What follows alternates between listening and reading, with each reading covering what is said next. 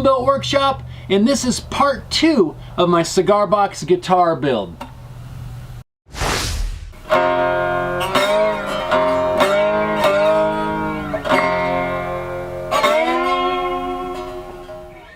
We're going to pick up right away where we left off in part 1. If you've not seen part 1, I'm going to put a link down to it in the description. With the neck out of the clamps, I'm going to use a flush trim bit to trim up the sides of the fretboard.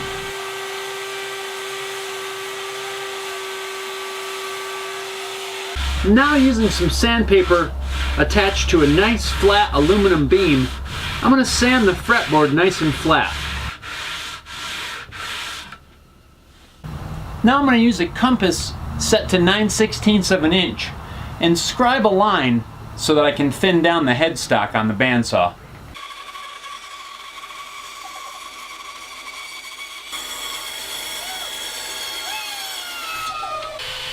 I'll clean up that cut using my belt sander. I can use the front of the sanding belt to clean up the curve.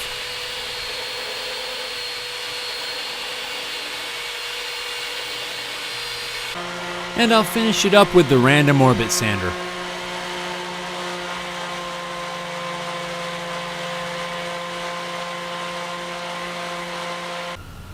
I think now is a good time to glue in the side marker dots.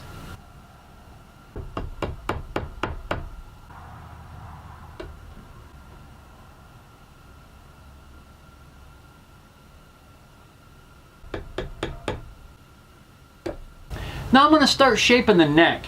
I'm going to use a really coarse rasp and start going to town on this and getting it filed down.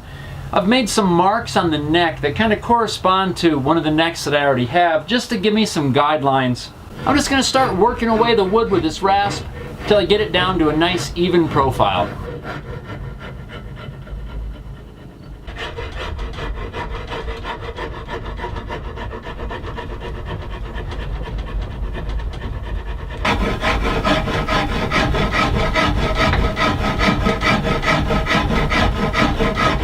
You want a good workout? Hand carve a guitar neck with a rasp.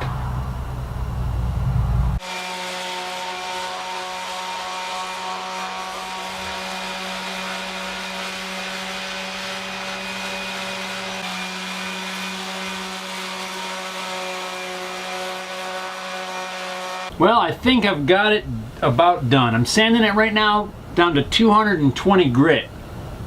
I got a little bit ahead of myself. I was going to put the frets in first while the neck was nice and flat and square, but I was too anxious to get carving on this neck that I forgot all about the frets. I'm going to have to do that here in a minute.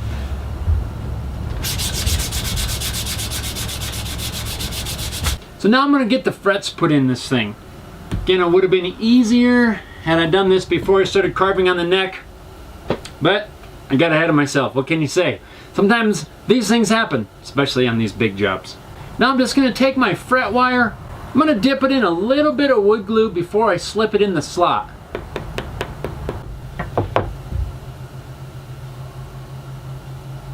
First fret. At first I had quite a hard time. Couldn't quite figure out the best way to go about doing this. But after about halfway up the neck, I started to figure out a little bit of a rhythm. I don't know if it's right or wrong, but the frets are going in the slots, and as far as I'm concerned, that's all that matters.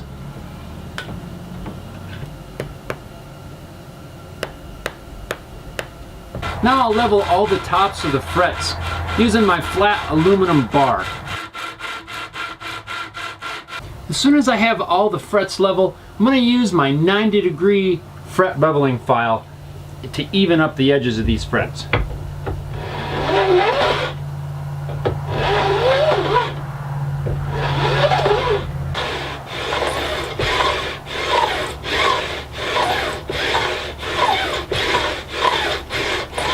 I'll switch to the 35-degree beveling file and file a bevel on the ends of the frets. Now I'll give the neck a final sanding down to 320.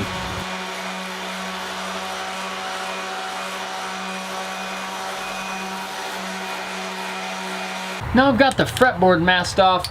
It's time to apply several coats of polyurethane. I'm going to apply several coats of clear gloss polyurethane. I'm going to shoot for about 6 to 8 coats. We're going to see how it builds up. I'll sand in between coats.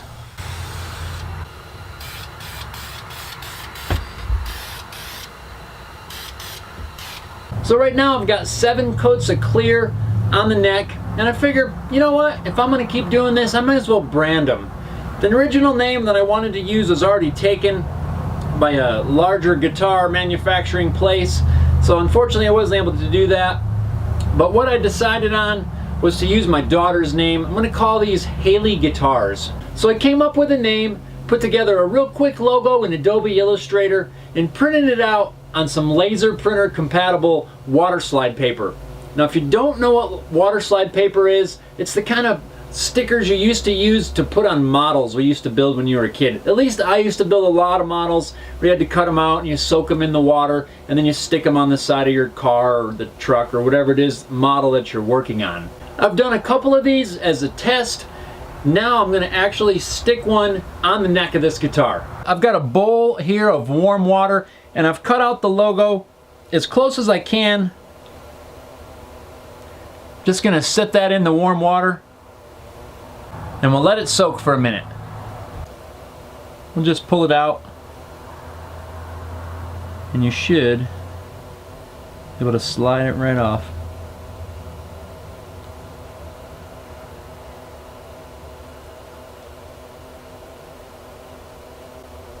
You want to be really careful when you're working with it so you don't tear it. You've got just a little bit of time to reposition it and get it where you need it. And there we go. Custom water slide decal. Now I can start on some assembly. First I'm going to glue in the grommets that'll decorate the sound hole. Next I'll install the string through ferrules.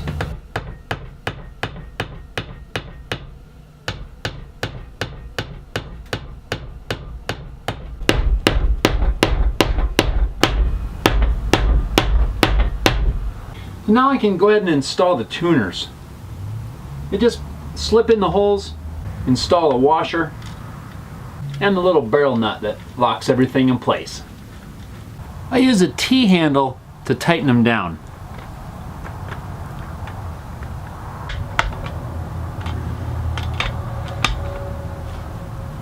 And using a straight edge along the back side of the tuners, I'll make sure they're straight and in line.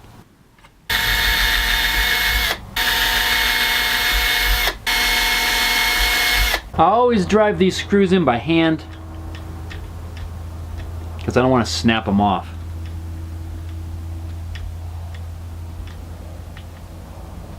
Now it's back to the box. I'm going to install the output jack.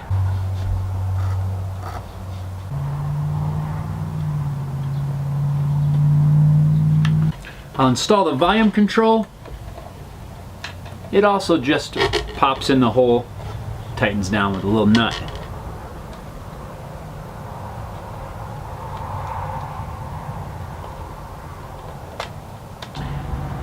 Now I can insert the neck into the body. I'll flip it over and install the neck screws.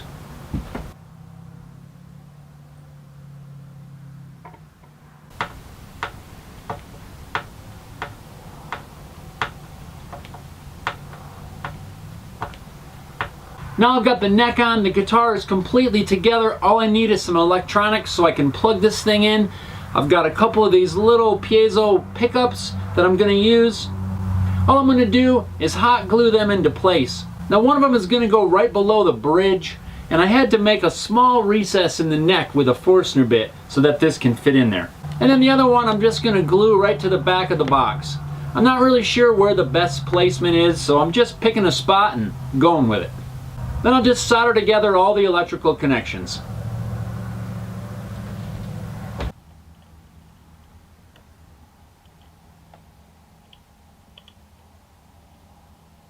And that completes the wiring. Let's put some strings on it.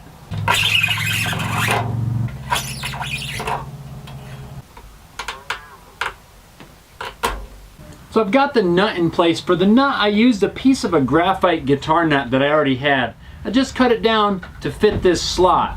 For the bridge, I'm going to use a scrap of babinga that I've milled a slot in the center to fit a piece of brass. This will just pop into place.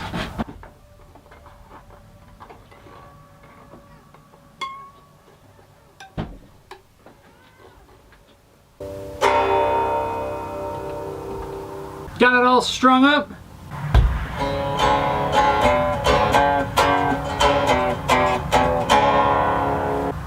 And that works. Let's see if it comes to life.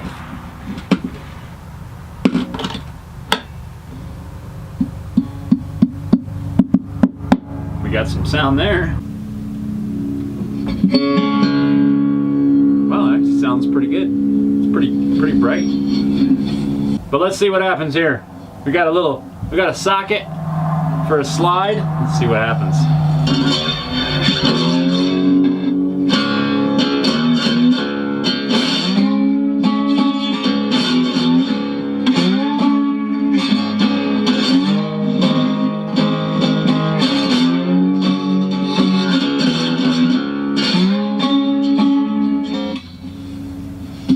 It works. Intonation's a little wacky. Not sure if that's the placement of the bridge or actually with my fretting.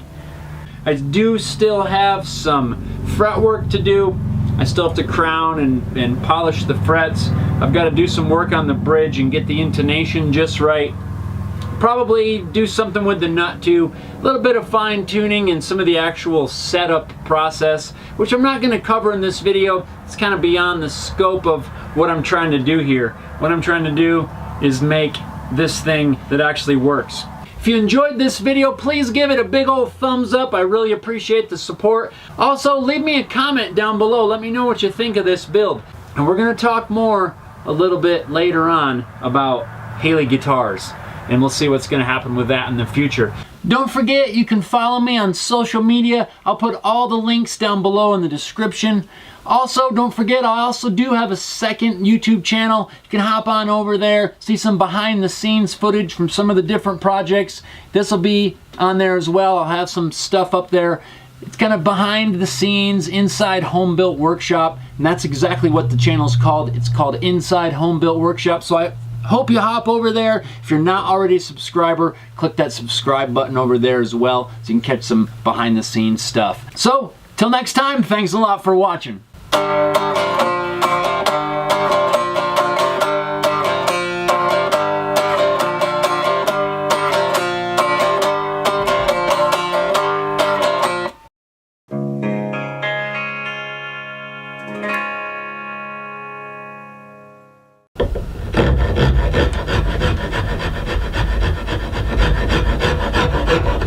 Ow.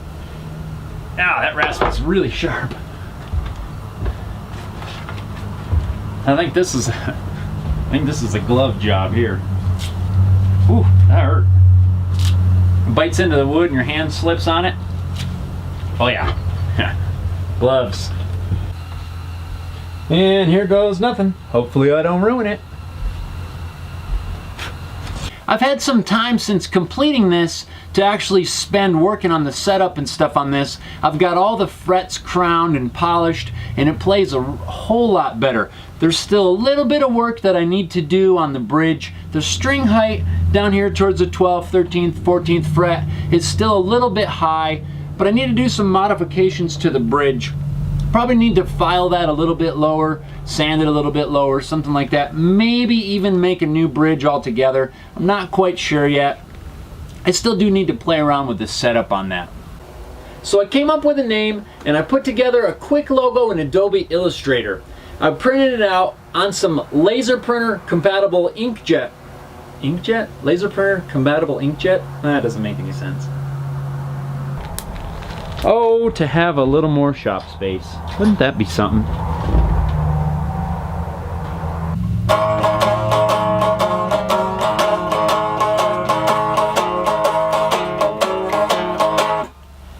Now, I'm not really a blues guitarist. I'm not even a slide guitarist. But there's something about this thing that just makes it want to play blues style riffs. Now, I apologize in advance to all you blues musicians is I am not a blues player. It is fun for me to mess around with and something that I can't help but do on this. I don't know what it is. I don't know if it's the tuning, if it's the feel, the vibe, what it is, but it just needs to play blues. Oh, and the rasp slipped. Jacked it up. Dang. Not bad, not bad. I'm gonna have to save it because I don't have a whole lot of options here. I ain't building this whole thing again. Might be okay. Might be salvageable. Why does none of the holes ever fit? What's up with that? I measure them. It fits when I drill them. Now it doesn't fit. Ugh. So annoying. One thing that it doesn't do great at, and that's regular chords, and that's mainly because you just don't have enough strings for it. Like if you played a C chord, you only got a couple strings, so it doesn't sound all that great. I mean, it doesn't sound bad. I mean, you could use it for something, but it just doesn't quite have that full sound. But it's not really what it's made for. Ah! There was a little one at the door. Just trying to be sneaky. Ding dong! What do you mean, ding dong? Hey!